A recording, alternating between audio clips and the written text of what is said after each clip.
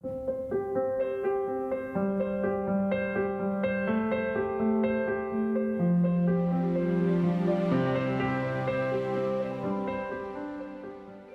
afternoon, everyone. Hello to our live stream, YouTube, and C-SPAN audience. We are thrilled to have you with us today. My name is Kimberly Begg. I am the president of the Clare Boothe Luce Center for Conservative Women. We are an all-women educational organization that empowers young women to live happier, freer lives and contribute to a stronger, freer America. It is a confusing time to be a young woman. Truth still exists, of course, as do goodness and beauty, but they are harder for young women to recognize, nonetheless pursue and attain in a world obsessed with new and innovative rejections of the moral law. What is a woman to do when her teachers, social media influencers, and peers promote a leftist worldview steeped in lies? Lies that celebrate vice over virtue, disorder over order, and animus of traditional American values that support human flourishing. Well, she can come here to the Luce Center. She can participate in our internships, summits and seminars, campus lectures, and other programs. She can hear from brave truth tellers like our speaker today, who can help her see through lies in the culture that sabotage her well-being and that of those around her. She can receive life-changing mentorship, meet like-minded peers, establish healthy friendships, and develop the confidence to embrace a vision of womanhood rooted in eternal truths. Before I introduce today's speaker, I want to tell you this. The legal scholar Erica Bacchiacchi spoke here just a few weeks ago on the crucial topic of inspiring women to lead a life of high moral purpose to strengthen their families, communities, and country. She was excellent. What an important message. Here's the neat part of the story that relates to today's event. On her way here, one of our attendees listened to a Federalist Radio Hour podcast with a compelling guest who also shared an important message. This woman texted me on her drive here and said, "You have to get this guest for an upcoming Luce Center event." Let me just tell you how satisfying it was to be able to tell her that that guest, Katy Faust, had already confirmed to be our next Conservative Women's Network speaker. Oh, how thrilled we are to have you here today, Katy. I am so honored to introduce her to all of you. Katy Faust is the founder and president of Them Before Us, an organization dedicated to defending a child's right to their mother and father. She writes and speaks on the importance of marriage and family and is the author of 3 books, including Pro-Child Politics: Why Every Cultural, Economic, and National Issue is a Matter of Justice for Children. This book addresses critical societal issues through the lens of what is best for kids. Katy's articles have appeared in Newsweek, Public Discourse, The Federalist, The American Conservative, and other publications. She has appeared on many wonderful shows and podcasts, participating in fascinating discussions with Tammy Peterson, Allie Beth Stuckey, Lila Rose, Louise Perry, and others. Just this week, she spoke at the Heritage Foundation and appeared on the Daily Signal's Problematic Women podcast. If I may recommend, she is a fantastic follow on X. You can find her at @advo_Katy. Her tweets are uniquely honest and insightful. We are thrilled and so grateful to have this unapologetic defender of children's rights with us today. Please join me in welcoming Katy Faust.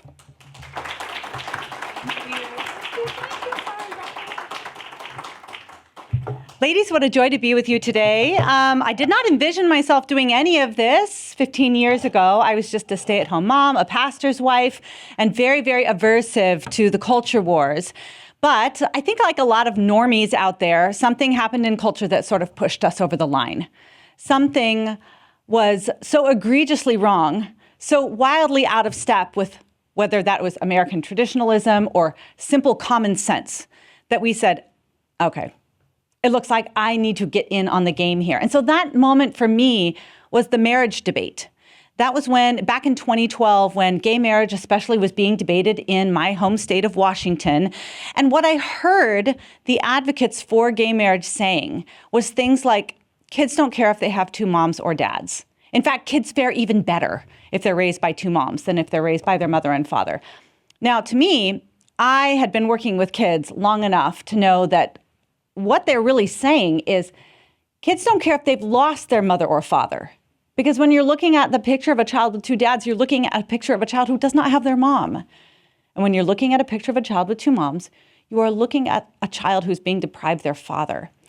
And after doing youth ministry for a couple decades, after being the assistant director at the largest Chinese adoption agency in the world, after becoming an adoptive mother myself and having 3 of my own children, after doing 25 years of counseling with my pastor husband of people who are going through all kinds of challenges, very often connected to their childhood wounds, I can tell you that there is one thing that children deeply, desperately care about, and it is whether or not their mother and father love them and whether or not their mother and father love each other. But I did not hear that child-centric aspect represented in the conversation around marriage. That debate, both in culture and in law, was dominated obsessively by the feelings, desires, and identities of the adults. The kids just had to take whatever crumbs were thrown their way if they were mentioned at all in the debate. So that is what put me over the line. I'm generally very, very agreeable. I don't like to make waves. I don't like to lose my friends. But when you come for the kids, you have crossed my line. So I started anonymously blogging because I am a chicken. And I know what these people will do to you if you out yourself. And I got to work out some of my arguments and understanding about the importance of mothers and fathers in relative obscurity. And then I was outed by a very tolerant gay blogger with a massive following who also doxed the members of my church in an effort to silence me. But in sort of a what the enemy means for evil moment, what he ended up doing was expanding my platform by about 100-fold. Like, well, now that I can't hide under a pseudonym, I guess now I can submit amicus briefs to the Obergefell case at the Supreme Court.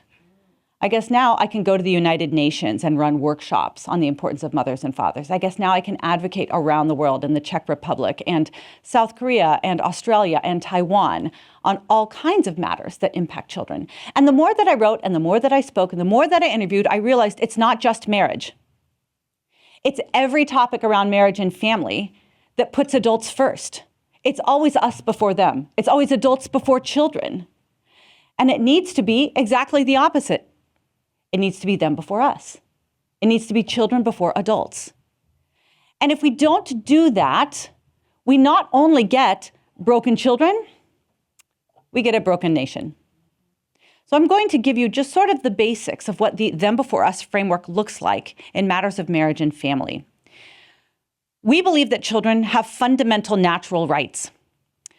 Many of you are probably familiar with the truth that children have a natural right to life. And even if our civil government does not recognize that natural right, we have to fight for it. We want to have it reflected both in culture and in law. Some of you may be a little more surprised to hear that children also have a natural right to the two people responsible for their existence, their own mother and father. And the amazing thing is, when we defend that fundamental right, we solve nearly every major issue that we are battling back as a country today. Because when you look at massive problems like child poverty, teen homelessness, teen suicide, high school dropout rates, teen pregnancy, high incarceration rates, there's something there of notice, and that is that all of those demographics are overpopulated with fatherless children. And if you were to defend children's fundamental right to be known and loved by both their mother and father, you would decimate. And I mean like take down to 1/10 of the problem we're facing. Why? 90% of homeless youth didn't have a dad in the home. 63% of teen pregnancies come from fatherless households. 71% of high school dropouts don't have a dad. 70 to 85% of men in state-run institutions incarcerated did not have a father. There's not anything you can look at. No major issue that we are starting nonprofits, throwing hundreds of billions of dollars to try to solve that cannot be solved by securing justice for children at the level of the family. So why is it that this natural right to one's mother and father is so powerful? Why is it that if we can say that children should, must, and endorse and incentivize both parents loving them and loving each other for life, why does it have that level of power to exempt them from the major social issues that they would be facing without it? And it's for 3 reasons. Number 1, if you can defend children's right to their mother and father, if they are raised by the 2 people responsible for their existence, you automatically grant them safety and love. Now, a lot of the narrative and even a lot of the policy that is being advanced today in the marriage and family realm is built on the back of biology doesn't matter. Kids just need to be safe and loved.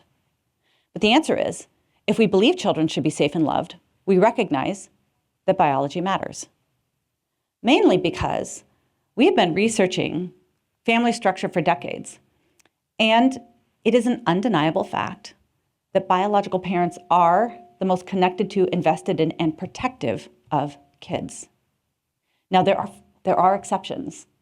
There are biological parents who are negligent or abusive. And there are incredible step parents who fill the gap of that absent or abusive biological parent. But the rule is that biology advantages children in ways that unrelated adults, especially those that are just in a romantic relationship with the child's other parent, simply don't. So I want you to get your phones out. I'm going to do a little on-site experiment here. A lot of the cultural narratives of our society will tell us things like biology doesn't matter, love makes a family. There was a very popular book that came out earlier this year called The Two-Parent Privilege, which is most of the story. But any 2 will not do. It's not just 2 adults in the child's life. And the mantra that if the adults are happy, the kids will be happy, was one of the lies that drove us into the divorce epidemic.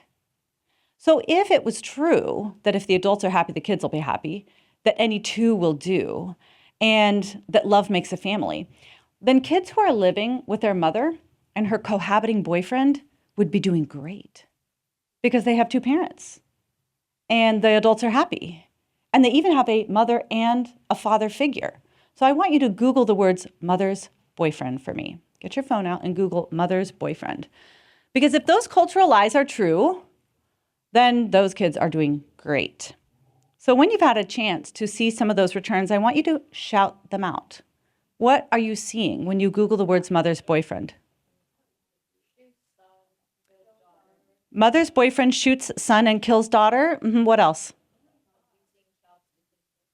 Abuse, child statistics. What else? Mother's boyfriend charged in the death of toddler. What else? Grooming alert, was molested by my mother's boyfriend. And this will go on. Sorry?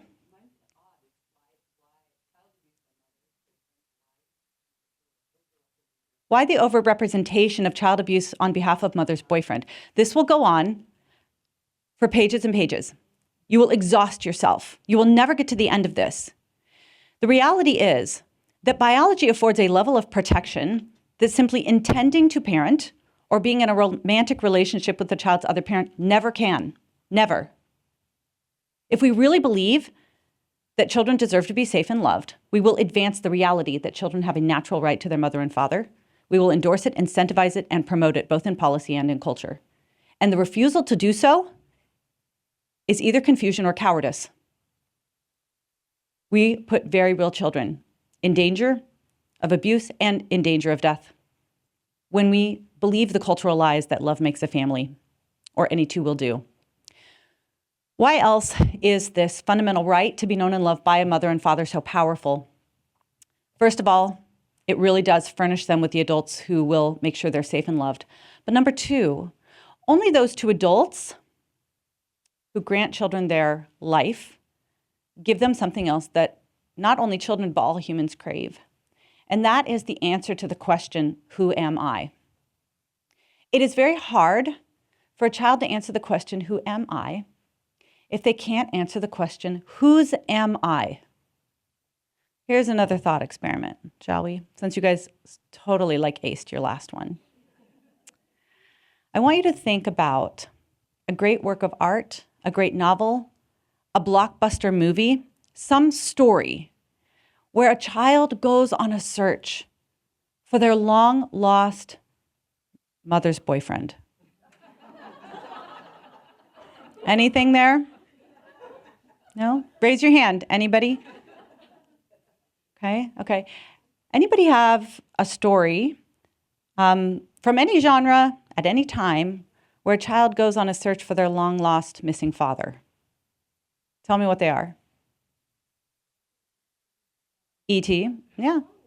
Star Wars, like Luke, I am your stepfather, is not very satisfying. What else? Yes, thank you, Gen Xer. I see you. Yeah, I mean, even like Pericles, like Shakespeare's been doing this, some of the great, everyone's searching for their father. Why? I bet they had father figures out there. I bet they had nice uncles, to try to fill in the gap. But a father figure does not tell you who you are. This is an existential question that especially teenagers are wrestling with. And we are starving them of some of the most transcendent and timeless ways for children to answer the question, who am I? This is exactly why in adoption, with domestic adoptions, we have wildly swung away from closed adoptions, which was the norm in the 60s and 70s, to now open adoptions. Does anybody have a guess what percentage of adoptions, domestic U.S. adoptions, are open?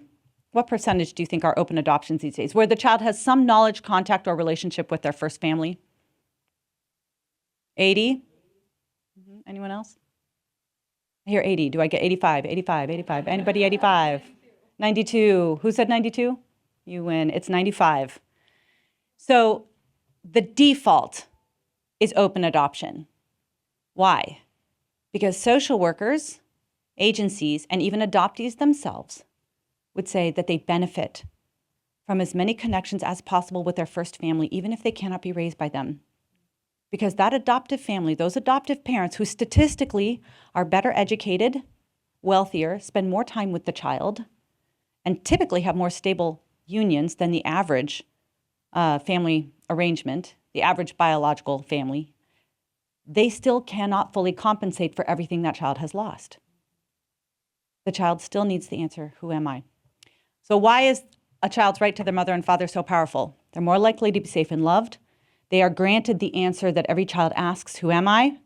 And number three, if you're defending children's rights to both biological parents, you automatically grant them the perfect gender balance in the home. It is amazing to me how much progressives value the male and female voice in every institution, except the family. They have mandated in a variety of states female representation on publicly held boards. And should she have the right political persuasion, they will celebrate if she becomes VP or is nominated to the Supreme Court. But the left has relentlessly destroyed the one institution that gets the gender balance perfect 100% of the time, and that is the institution of marriage. Now, male and female involvement is not optional in the life of a child. Mothers and fathers offer distinct and complementary benefits to children. They approach the child differently. They talk to the child differently. They discipline differently. They orient the child to the world differently. Let me ask you another question. Raise your hand high if you've ever seen a child thrown up in the air, like a baby, a toddler. Raise it and keep it really high. Okay, look around. Look at how many people have seen babies thrown up in the air. Now I want you to keep your hand up if the person throwing the baby was a woman. So we've got a few baby-throwing women here, and you are the exception, or you've seen it done once or twice. But the reality is that women don't throw their babies. We wear our babies. We fasten them to our bodies and carry them around with us all day long. And that actually is emblematic of the distinct ways that men and women approach child rearing. Men tend to play with children. Women tend to care for children. And I say tend to because I will give my children an occasional like towel snap in the middle of the kitchen, right? But generally, I'm the one that is making sure that they are eating their vegetables, going to bed on time, that they've done their homework, and that they are saying please and thank you at the end of the emails to the secretary to get out of school early for the golf match. I'm the one that does that. Okay, my husband tends to be the one that takes them on adventures with inadequate snacks and keeps them up late at night when I'm out of town, like binging the Star Wars trilogy, eating only like Twizzlers and pizza and Dr. Pepper. And actually, that benefits children developmentally in ways that two women or two men never could. Women, just because of the nature of our interaction with children, hone their fine motor skills, right? It's with mom that you're tying the shoe and coloring and cutting and chopping bananas next to her when she makes soup. It's dads who develop children's gross motor skills when they're running to the mailbox, when they're climbing the trees, when they're wrestling in the living room, when they are setting things on fire, okay? And that actually advantages children developmentally in ways that just having caregivers never can.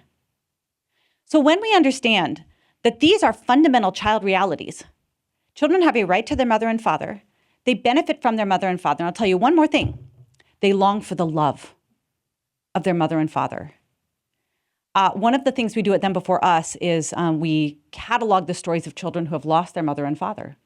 Some of those children had two moms or two dads, and they were safe and loved. And they had prosperity. They had enough money in their life. They went to good schools. But they hungered for the father that they were missing. They hungered for the mother who was absent. And we have a term for this, mother hunger and father hunger. One woman said, when she was raised by two fathers, two loving men, there was no women in her world, no mother in her life, didn't even know that mothers existed until she watched The Land Before Time as a 5-year-old and realized, oh my goodness, there's a thing called mother, and it's something that gave birth to you, and then she stays with you every day, and she loves you. And I don't have one. And she said, I cried in the arms of a teacher that I didn't know before that day, and I never saw again. And she said, after that, I went to every woman in my life. If there was a lesbian that came over for dinner or an aunt that I met, and I would go to them and I'd say, will you be my mother? Will you be my mother? How about you? And it wasn't because she was not well loved by her two gay dads. It was because she was made for, craved, deserved, and had a right to be known and loved by her mother. These are unbending child realities. 5 Supreme Court justices cannot wish away, cannot legislate away a child's right to their mother and father. And when we understand that these are unbending child realities, we solve all of the problems that we're facing today in matters of marriage and family. We get the definition of marriage exactly right. It is not a vehicle of adult fulfillment. From the public policy standpoint, it's not even a sacred union. It is the only institution that unites the two people to whom children have a natural right, their mom and dad. We get the right answer to divorce, which is sometimes when there is somebody that is at fault of abuse, adultery, abandonment, addiction, and then the courts and public support has to swing towards the innocent spouse and punish the spouse that's breaking up the union and failing to uphold their vows. We get the right answer to modern families, and the answer is modern families is just code for child loss. The child had to lose something to be in that family, and that's an injustice. We get the right answer to reproductive technologies, especially sperm and egg donation and surrogacy, which always intentionally and commercially strips children of their right to their birth mother and or their genetic mother and father. And we get the right answer to adoption. That children who have lost their mother or father are not items to be acquired by anybody that wants them. They are the client. A just society will protect, nurture that child by furnishing them with both a mother and father so that they can benefit from that distinct maternal and paternal love that benefits their development and satisfies their soul. So I'll stop there because what I really want is your questions. I want you to stump me. Ask me the thing that you're like, but how do I talk about this? But what when somebody asks me this? But how do I interact with the two lesbians next door who have a 7-year-old boy and I love them all? Like, give me those questions. Like, let's send you out here, like fully ready to take on the world on behalf of children. Just raise your hand. I'll bring the mic around to you.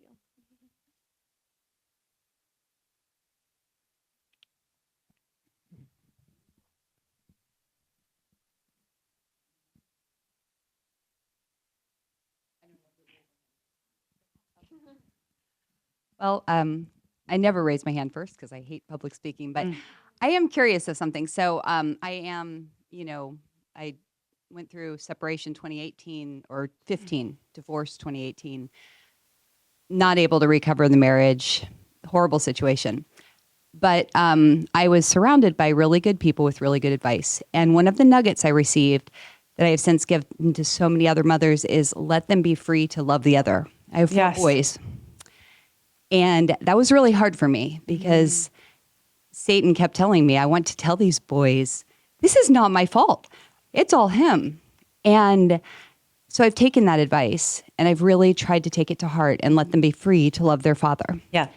And they have been. And they're now 19 through 12. And despite all of the turmoil in their lives, they're very grounded, balanced, Lord-loving kids. Great. Boys. Great. But I've told them all that I cannot tell them why their father and I had a divorce. Yeah. That I love the Lord. It's too big of a burden, but I will not lie to them so that when they are adults, they may come to me and I will tell them the truth. Yep. My 19-year-old has since done that. My 17-year-old, I don't know whether he will. But how do I help them through discovering and then processing the ugly reality of the man behind the mask that they love so much? Because that's going to devastate some of them, maybe not others. It sounds like you have been surrounded by great advice. Great advice, right? It's interesting that whether it is in marriage or in divorce, the woman does tend to be the channel through which the husband has a connection with his children, which is why when men live apart from their children, after 2 years, 40% of kids never see that father again because the mom is the gateway. Right? And even in marriage, a lot of the time, the woman is the one that is sort of facilitating and coaching the father's connection to the child. So it is important that you keep that channel open. You're also doing the right thing in terms of making sure that they have access and not sharing new information about your husband with them. You can share your part of the story, honestly, but not his part of the story. But I think that the best advice that I have for anybody that is in a situation where there is brokenness and loss is your child has experienced that. They're going through grief. They have questions. They're mourning. They've experienced something that is shocking to their system. And what you don't want is for your kids to process that in isolation. You also don't want them processing that with the internet. Okay? So what your challenge is to be the place where they love processing. You want them to remove all of the barriers between them feeling what they're feeling and talking to you about it. You should be the safest place for them to say this out loud. That is challenging for you because it can raise feelings of defensiveness where you want to maybe emotionally react to something that they're saying, especially when they don't have the story exactly right. We have our second book is called Raising Conservative Kids in a Woke City. And it is just about like, how do you instill your values in your kids, inculcate that worldview in them when everything is lying to them. And we have a rule in there called the no flinch rule, which is when your kids say something that shock you, your brain is going, what the I can't believe that your teacher said that to you, or I can't believe your father said that to you. Your brain freaks out. Your face needs to say, thank you for telling me. I'd love to hear more about that. Yeah, that makes a lot of sense. And you ask a lot of questions, because what you don't want is to unnecessarily erect barriers between them sharing with you. Very interestingly, there's one study that we have that compares outcomes between adoptees who are raised by neither biological parent and children created by sperm donation who are raised always by their biological mother. And then maybe another mother, maybe a single mother, maybe a social father. But very interestingly, on the metric of anxiety or distress, emotional struggles, and trust with parents, the adoptees fared better. And it is because adoptive parents are seeking to mend the wound. They did not choose for the child to experience loss. Whereas if the child were to talk about their identity struggles or their questions about commodification or whatever it is with their biological mother in the sperm donor situation, they are talking to the person that is responsible for their loss. So in one of these scenarios, the child is free to process because this adult is seeking to mend their wound, and that puts them in a better position to genuinely enter into the grief with their child. This one inflicted the wound, and so they're much more likely to be defensive and say, you should just be grateful to be alive, kid. You know, this technology wouldn't exist without it. And it pushes kids into isolation. So that's my advice. You're going to have to walk that tightrope. Thank God you've got wise counsel, but my advice is reduce any and every barrier between your kids thinking, I love talking to my mom about this.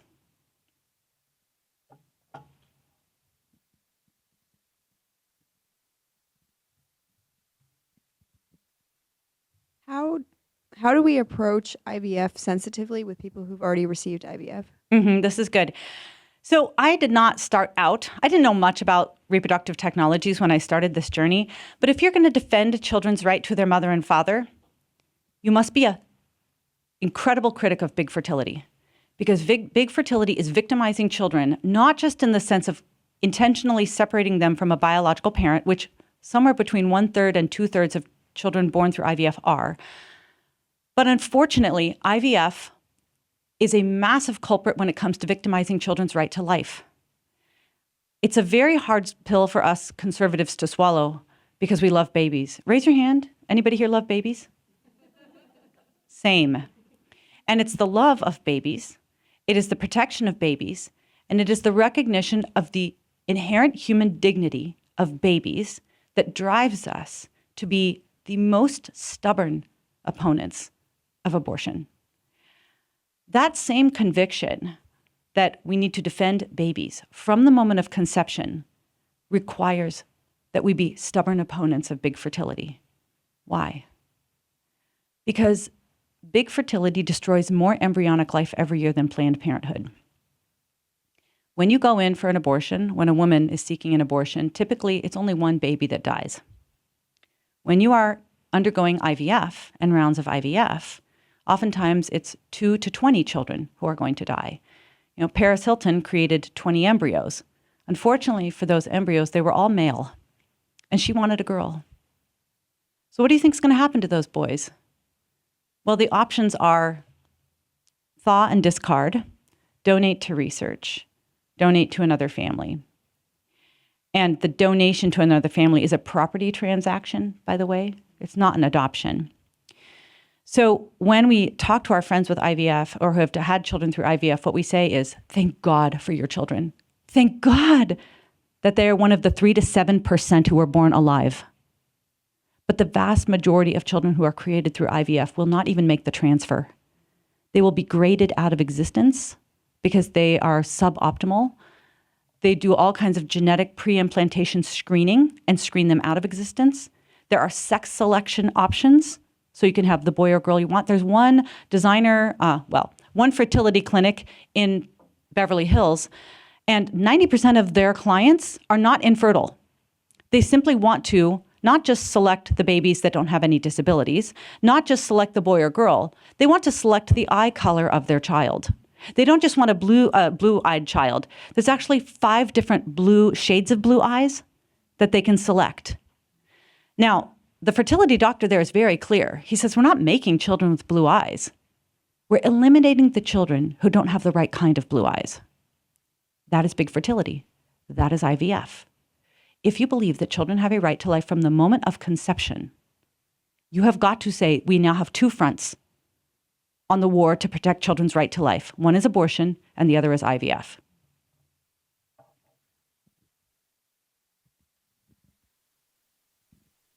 So I recall in Florida in the 90s when I lived there when gay adoption was on the ballot and it passed. The pitch, for lack of a better term, was that gay couples, gay men mostly, but later became gay women couples, would adopt children that were less likely to be adopted, either because they were older, either because of their demographics, or flat out race, right? And so I was curious to know now, 20, 30 years later, because it's not a topic I've followed, how much of that, and it's probably a rhetorical question, ended up being true, or whether it's just a big lie. I'm curious to know, just like you talked about big fertility, from the adoption perspective, what is the corporate culture there? What is really happening? Great question. So first of all, we have to have a proper understanding of adoption, and that is that adoption is not for adults. A lot of people will say, do LGBT couples have a right to adopt? And I'll say, no, absolutely not. But the sweet Christian heterosexual couple next door doesn't have a right to adopt either. Nobody has a right to a child that is not biologically theirs. Children who have lost their mother or father have a right to be adopted. They are the client in adoption. The whole narrative, the whole lexicon of adoption best practice is the best interest of the child. And so unfortunately, we have gotten adoption wrong because we see it as a way to complete our family. That might be true some of the time, but that is not the primary role of what we are doing adoption for. So what about this idea about the possibility of gay couples adopting children that are less likely to be adopted? That is true in a lot of places. There are 2 demographics that are more likely to adopt children, especially older special needs and sibling groups. It's Christians and it's gay couples. And so when you are talking about those harder to place scenarios, not the white drug-free infants for which there are years-long waiting list, the undesirables of the adoption world, it is true that sometimes there aren't enough heterosexual married couples to adopt the hard cases. And so sometimes it might be the best option for a single woman or a same-sex couple to adopt the child if it means they avoid the revolving door of foster care. And for those of us that really believe that children should have a mother and father through adoption, the solution is go adopt. You do it. Put your hat in the ring. Those kids need you. So that's a complex issue, and a lot of people bring up, I will say too, that it's a very common tactic of the left, and they used it at the early stages of the question about marriage and family. They like to build their case based on what I've heard called edge cases. They take the narrow exception, and then they make it a rule. For example, when you want to talk about limits on abortion, everybody says, well, what about rape and incest? What percentage of abortions take place because of rape and incest? Anyone know? Less than 1%. So they are taking the exception and then they're making policy based on the exception. It is the same thing with adoption. There's a very narrow situation where maybe a gay couple might be the best placement for an adopted child, but it is an edge case. We need to make policy based on the rule, and that is that every child has a right to their mother and father, and if they lose that right, they deserve to be adopted by a mother and father. Yeah.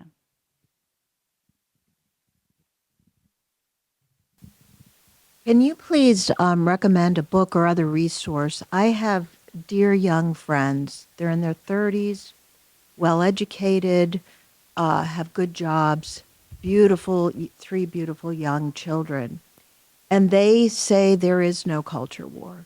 And I don't know, I'd like to hand them something that convinces them there is. Their children must be very young.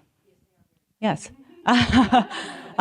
Because when they go to school and come home or they start looking at media, if your friends believe in absolute truth, absolute beauty, absolute goodness, what they're going to see is they're probably doing a very good job of shielding their children from that, which is actually admirable. And I think a really important part of training your children up in this world is to actually filter out the distortions of the world as much as possible while exposing them to good, true, and beautiful up to the age of 10. And so it will start encroaching on them. I don't know if you're going to need to do anything, but when they do realize there's a culture war and that the progressive left is coming for their children and the lies of the left will destroy your children's life, family, mind, and body, then you can get raising conservative kids in a woke city and they will figure out exactly how to make sure that they inoculate their kids against those lies in age-appropriate ways so that their kids know how to spot those fabrications, stand against it, and have a worldview that is reflects the good, true, and beautiful, at every age.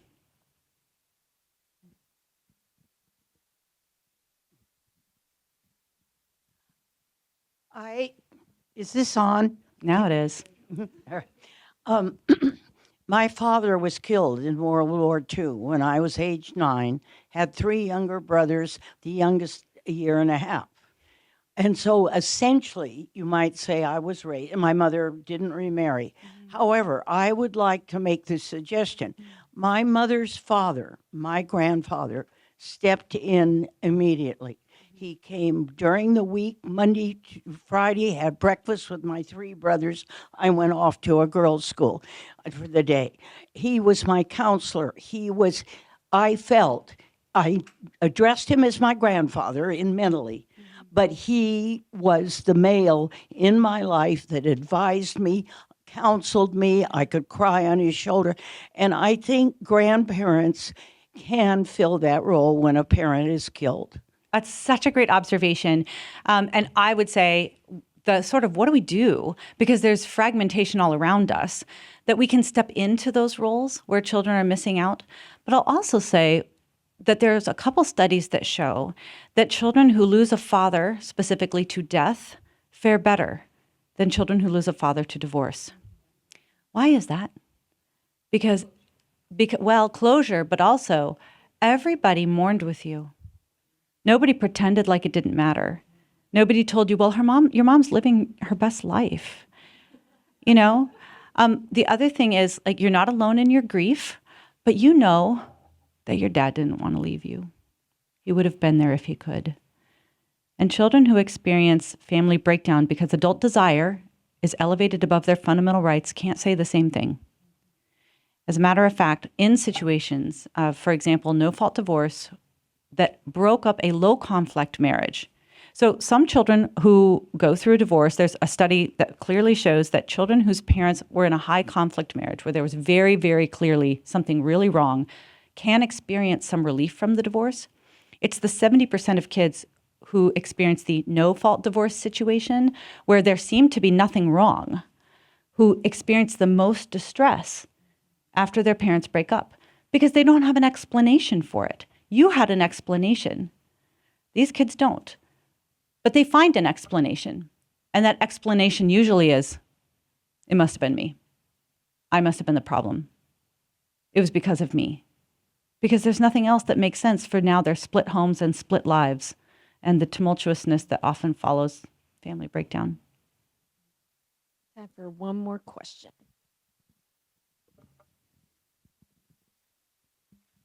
So I have a neighbor that I noticed all of a sudden when he'd pick up his son, he started looking like a woman. And so, I noticed it, but then I got that confirmation from his wife and was actually happy to hear that she was actually divorcing him in the sense of acknowledging the problem, because they're still living together and have been for the last 2 years while he's transitioning. And so I I'm just wondering, like, my children are gonna see this. Like, Yes. they haven't noticed it yet, but at some point they will. And if it's not him, it'll be somebody else. Or like, we went to a restaurant and saw a girl with a mustache, but she was clearly dressed like a girl in other ways. Or I went to a store and a man was dressed like a man but had earrings and makeup on. All of us is like real gender confusion. So I was just kind of wondering, how do you, in your kind of everyday with your kids, like, what kind of verbiage are you using to affirm their identity as male and female, affirming marriage and affirming gender as not being a fluid thing? Good. What kind of verbiage do you use to like affirm that kind of on because like we're seeing it every day. Yes. I mean, it's not just like here and there, like the odd, weird person. It's like everywhere in their face. Good. So Explicitly pointing out the good, true, and beautiful, especially up to age 10. Constantly reaffirming the biological differences. Oh, look at how daddy's throwing the baby up in the air. Oh, look at how mommy's tummy is getting bigger, because boys and girls' bodies are different. So everywhere that you can, the world is your object lesson. Everywhere. There's another organization that I work with called Canavox, which you guys will love, canavox.com.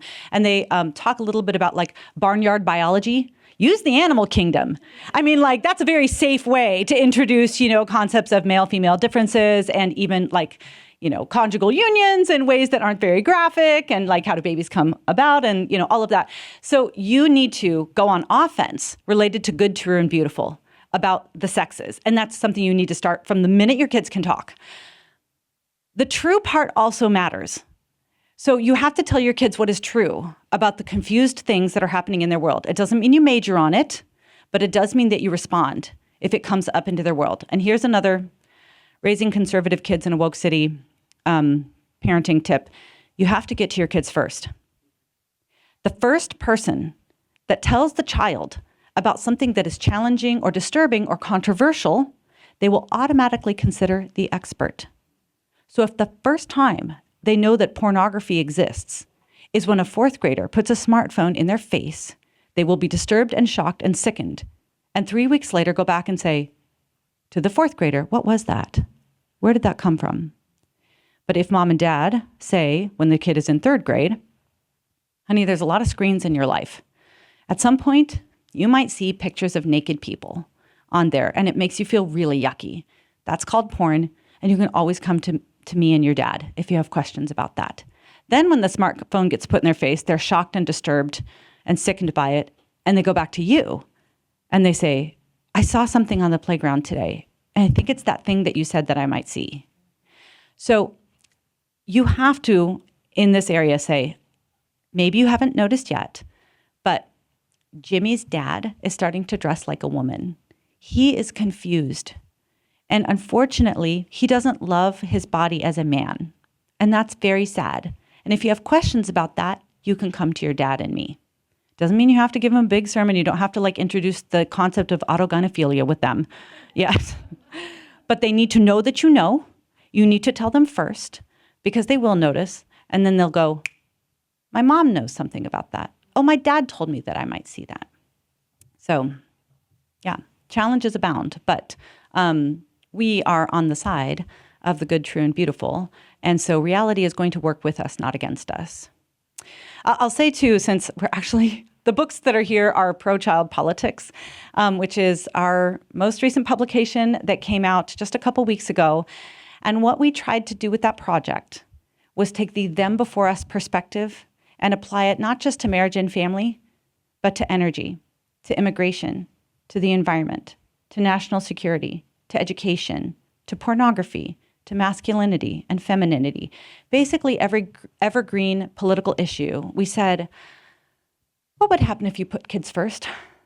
What would happen if we actually looked at the national debt through the lens of child protection? And what you get is not only justice on behalf of children, but you actually get national thriving. So that is not one that I authored myself, because you don't want to hear what I have to say about ESG and DEI. But I got Justin Danoff, who was at the founding of Strive with Vivek Ramaswamy, to write that chapter. And I got Tiffany Justice, co-founder of Moms for Liberty, to write our education chapter. And I got Abby Johnson to write our life chapter. And I got Billboard Chris to write our transgender chapter. And I got Neil Chatterjee to write our energy chapter. So it's like I conscripted the top subject matter experts on all these issues that have, some of them, Grover Norquist did our taxes chapter. I mean, like, I made them give me their life's work in 3,000 words through the lens of what if we put kids first. So that is what we have outside for you today. And I hope that it will not only be informative, but it will fuel your hunger for justice on behalf of children in every area of culture and politics and life. Thank you.